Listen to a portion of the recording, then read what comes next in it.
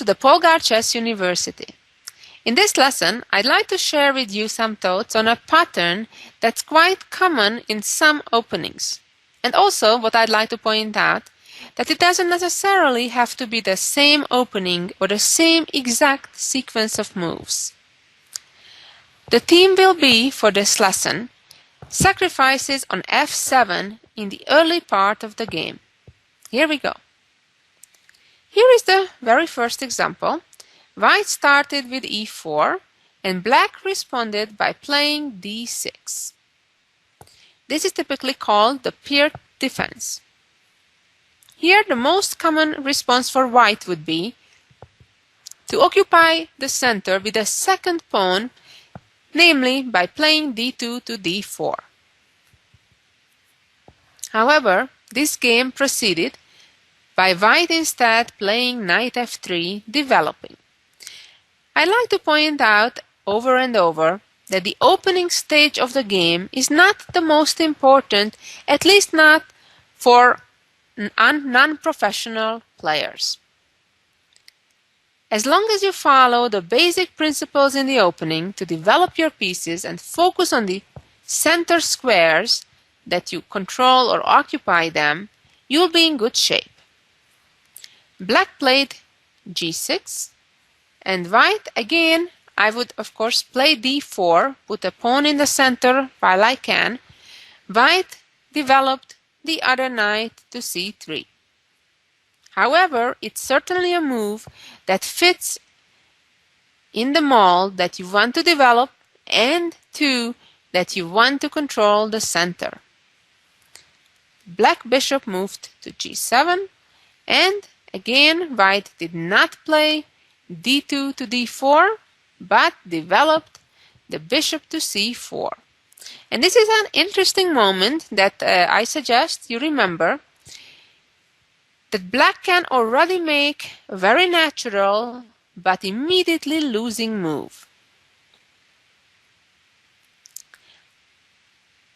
Just for fun, if you want, you may want to try to figure out what is that move that is extremely natural, a developing move, but yet a very bad one. Actually, there are two of those moves. One would be to develop the bishop from c8 to g4 and to create a pin over the white knight on f3. The problem with this move is that black has just put a bishop on an unprotected square on g4. And that allows white a very typical for such positions sacrifice. Namely, to give up the bishop for the pawn with a check. Obviously, if black does not capture the bishop, white just won a pawn for nothing. Plus, black will lose the right to castle. On the other hand, if the king does accept the sacrifice, then the knight will give a simple check with knight g5, opening up the queen's diagonal, and then on the following move, when the king retreats, queen takes bishop, and as a result of this little combination, white has just won a pawn. Let's go back and look at this position. So we learned that bishop g4 would be a mistake. It would lose a pawn immediately. However, there is another move that looks just as natural as the bishop developing to g4. It causes even more damage for black. Before we look at that bad move, I'd like to point out that black should simply develop his knight to f6 with a normal position. Black instead, in this game, played knight b8 to d7. Looks like one of the most natural moves, I have to say. Black develops, controls the central e5 square. Looks very normal. However, it allows a winning combination for white. Bishop captures on f7. As I mentioned in my previous comments, if black does not accept the sacrifice, which in this case is still the smaller damage, then white just remains a pawn up. So let's check out what happens if black indeed accepts the sacrifice.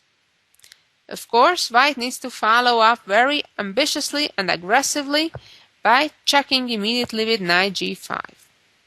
And now we realize what the problem is. The problem is that if the black king retreats to the 8th rank, whether it is to f8 and allows a fork, or the king moves to e8 and allows knight e6 to trap the queen, the end result is that white will win the black queen, and only losing a bishop and a knight for it. But what happens if the king rather moves forward than backward? Well, as it typically happens when a king is wandering around in the middle of the board, it does not end well. And in this case, white will end up checkmating in just a few moves. Of course, white needs to play very aggressively by attacking the black king, either with the knight or as white did with the queen on f3. If right now black would move out of the check by capturing the knight on g5, white could checkmate in just 2 moves. Kind of a cute way by making a discovery. All of a sudden the bishop is checking the king, and then after king h4, the checkmate arrives with queen h3. Let's go back and see what happens if black does a real ugly move, moving right to the middle of the board. Of course, white can already win for sure by giving a family fork with knight f7, but white can actually force checkmate, which is even better than winning a queen. White played d4, check. Black has only one legal move, capturing the pawn. You may wonder what was the purpose of giving the pawn up. Well, the answer to that is that white didn't want to waste time to open up the diagonal of the bishop. So this way white sacrificed the pawn, which in this situation has certainly no importance, because it's about whether white can checkmate the king or not. And by gaining the time to be able to involve the bishop in the attack, it's well worth a pawn. King c4, queen e2. As you can see, white just keeps attacking and attacking over and over the black king, and finally time for checkmate in b5. A very good example to show how these bishop takes f7 sacrifices work. Let's move on to our next example with another short game. Again, the game starts with e4 and d6, the pierced defense. And in this game, on the other hand, white played d4, occupying the center with a second pawn. Black played g6, and now knight f3, developing, and developing on the other side as well. Knight d7, again an inferior move to developing the other side. Knight f6 is a more accurate move for black. And came bishop to c4. And here black already had to be extremely careful not to get into trouble. The threat is there, we already learned. If black would make some kind of random move like a6, we already know the sacrifice would work even better than in the previous example, as white already even played d4.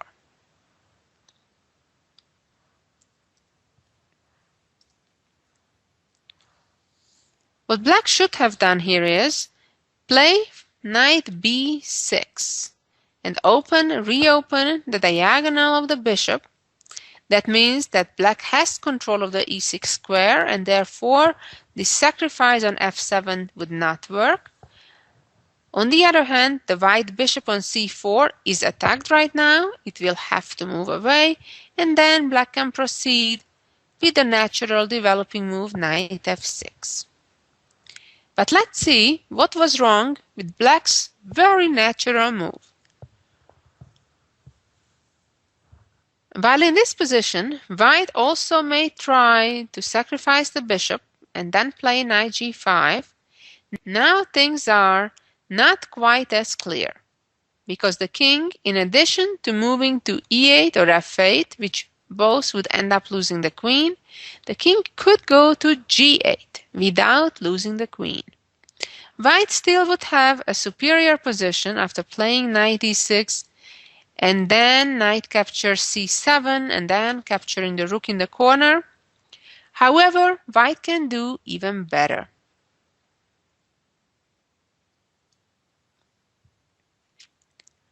After knight f6, the most precise move is to advance in the center by playing e5. Now the problem for black is that this move chases the knight away. Black traded, and white recaptured. And now anywhere the knight goes, white will get a significant advantage.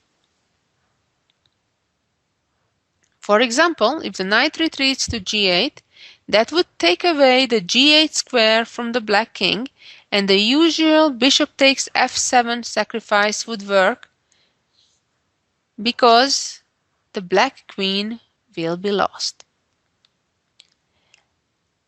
The game continued with knight g4, and now again the sacrifice works, because after capture, knight g5, again the black king has a hard time finding an acceptable square. We already know what happens if the king goes to f8 or e8, knight e6. On the other hand, in this case, if the king moves to g8, the problem is that since the d pawns are no longer on d4 and d6, the white queen is free to go to d5 and attack the black king, and then checkmate it on the following move with queen f7. Therefore, black resigned.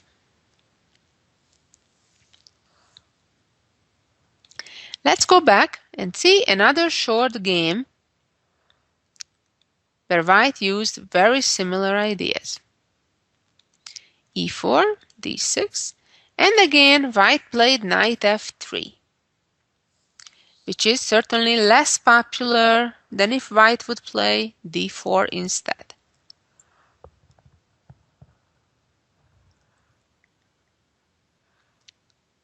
Black responded with knight d7.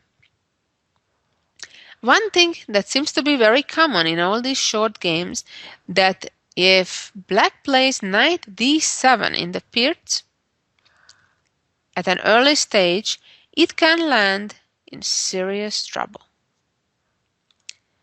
Bishop c4, and now black already had to be very careful. g6 is already a losing move. Again, the problem is the weakness of the e6 square after this sacrifice arrives. Knight g5, and now if the king retreats to e8, white traps the queen with knight e6. If the king goes to g7, again knight e6, forking the black king and queen.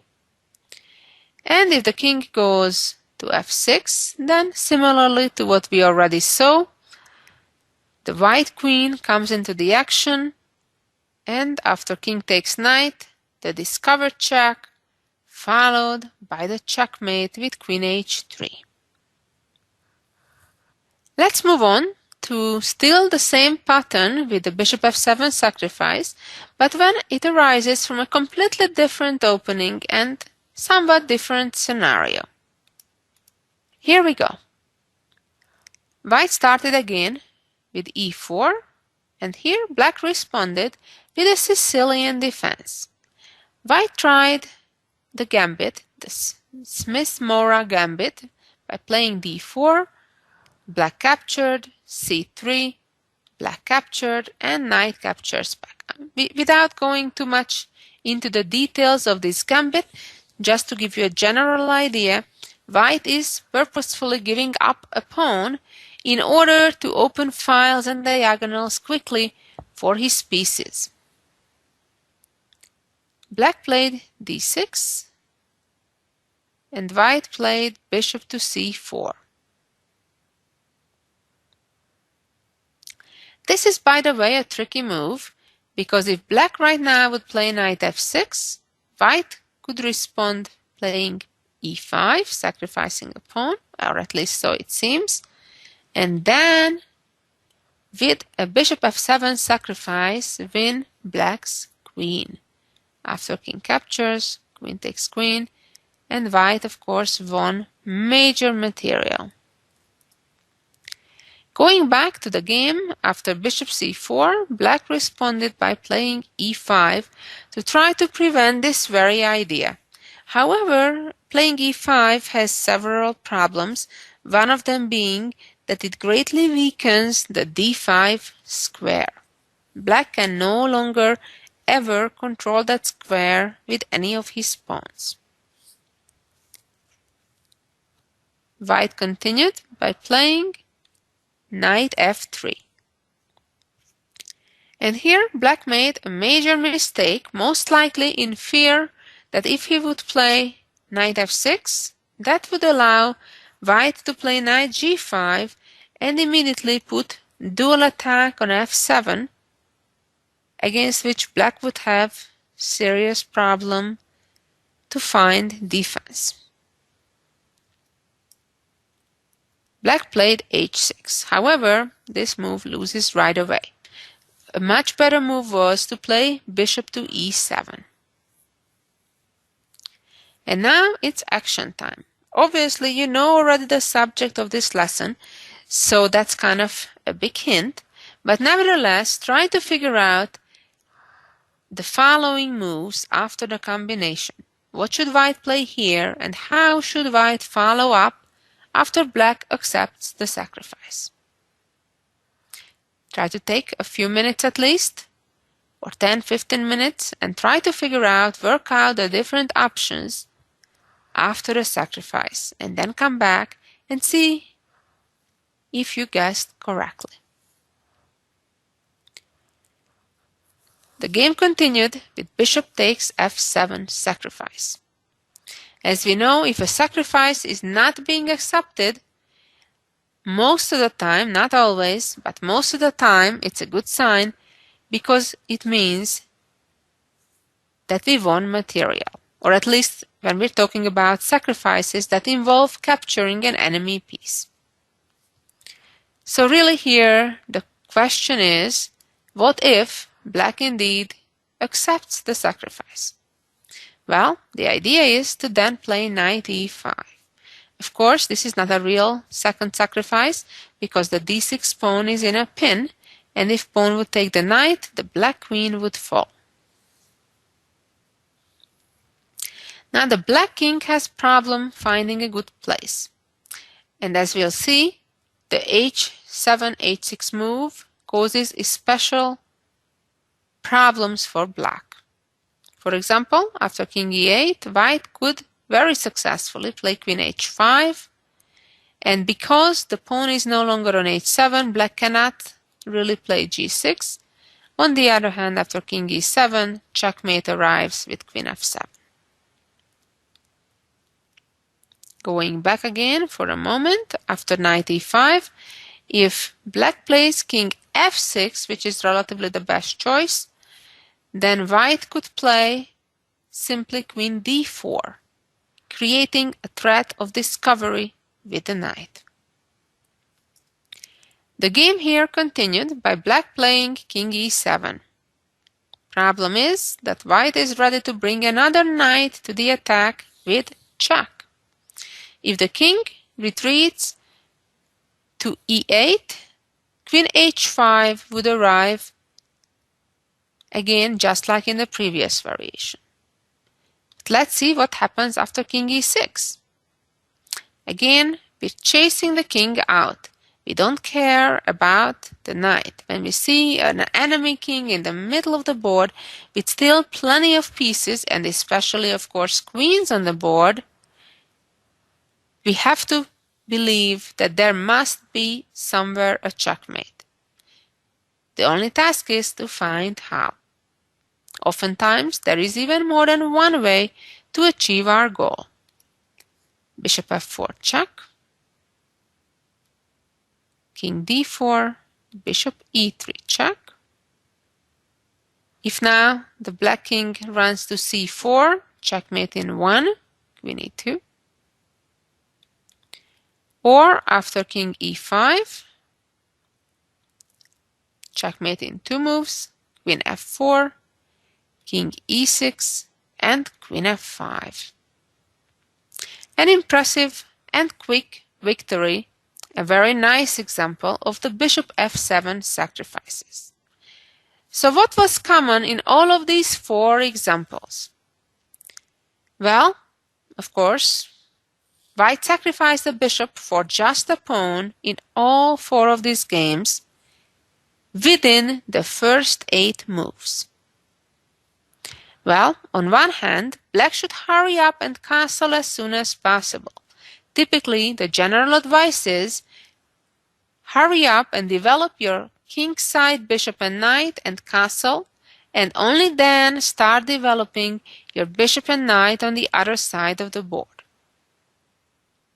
Black in these examples have been mixing things in, developing a piece on the king side, developing a piece on the queen side, and that's what resulted in trouble. In many openings, the punishment is not so immediate and not so decisive, but as you can see, with these type of setups, when black plays the pitched defense, it just seems to happen all the time. Even though the positions are different, the ideas repeat themselves over and over. And finally, let's see the jewel of the week. Here we go. In this position, black is a bishop ahead as well as a pawn. If it was black's turn, black would checkmate white in just 1 move. But it is white to move, luckily for white. White has numerous ways to check the black king, with the queen, with the knight, with the bishop, with the pawn. However, there is only one correct sequence. The other ones would let black escape and in fact win the game. As usual, try to pause, spend a few minutes or up to 10 minutes, try to figure out the correct solution on your own, and then come back and see if you got it right and listen to what the correct solution is. The answer here is to sacrifice a pawn by playing c4. And that is to make sure that we can involve our bishop right away in the attack. But at the end of the day, these type of situations, when your opponent's king is dancing around in the middle of the board, you actually have to try to calculate 2, 3, or 4 moves ahead and try to see which sequence brings the checkmate. When you see a king in the middle of the board, when the other side still has a queen and several other pieces, most of the time there is a winning sequence. So try to look for it, and oftentimes with a method of elimination, you'll find the right answer. After c4, black captures the pawn, and now bishop e6 check. Only one legal move for the king, and checkmate arrived with queen d2. A beautiful example. Well, thank you for listening, and so long until next week.